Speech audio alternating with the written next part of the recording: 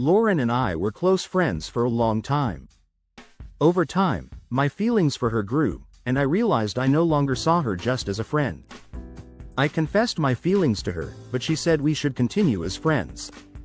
Since that day, our communication has dwindled, and we no longer talk.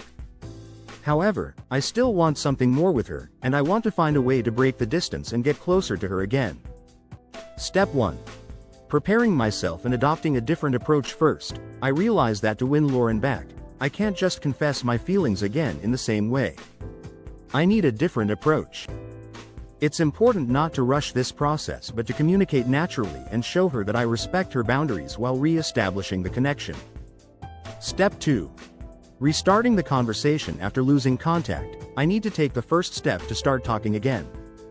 Instead of directly addressing my feelings, I begin with a light and casual conversation to rebuild rapport. This way, I can slowly bridge the gap between us without rushing.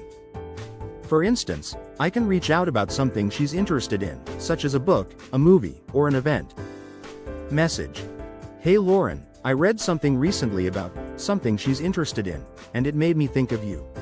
How's everything going? Hope all is well. This message isn't cold, it's warm and friendly, starting a casual conversation. By showing interest in her life and not rushing into anything too serious, I keep the tone light and open for further discussion. Step 3. Rebuilding familiarity and comfort. As we continue to chat, I focus on listening to her, getting back to our old comfortable dynamic, and gradually re-establishing familiarity. I aim to make the conversation more personal and emotional over time, so our connection can grow again. Message. I was just thinking about the fun times we used to have hanging out together. That one specific event or memory was really a blast. This reminds her of our past bond, strengthening our emotional connection. I'm showing her that I value our friendship and that I'm here for her as a person. Step 4. Gradually expressing my feelings after rebuilding our rapport. When the time feels right, I start to open up about my feelings in a gentle way, without putting pressure on her.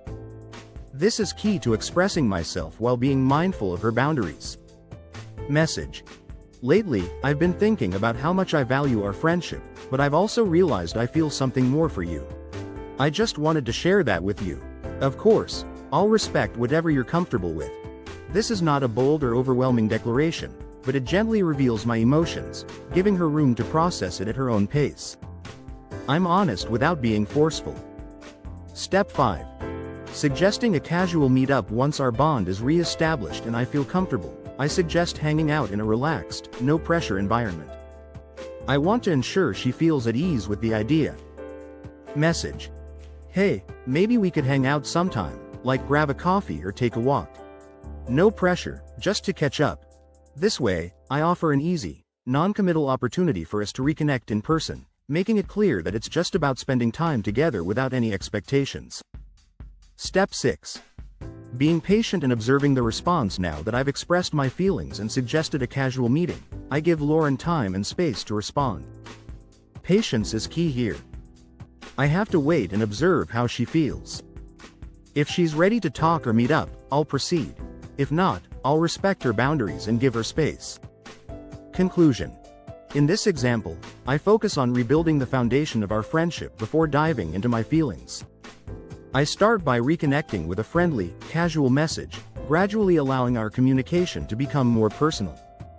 I express my emotions slowly, without putting pressure on her, and suggest a relaxed meeting that feels comfortable. Most importantly, I respect her boundaries and let the relationship unfold at its own pace.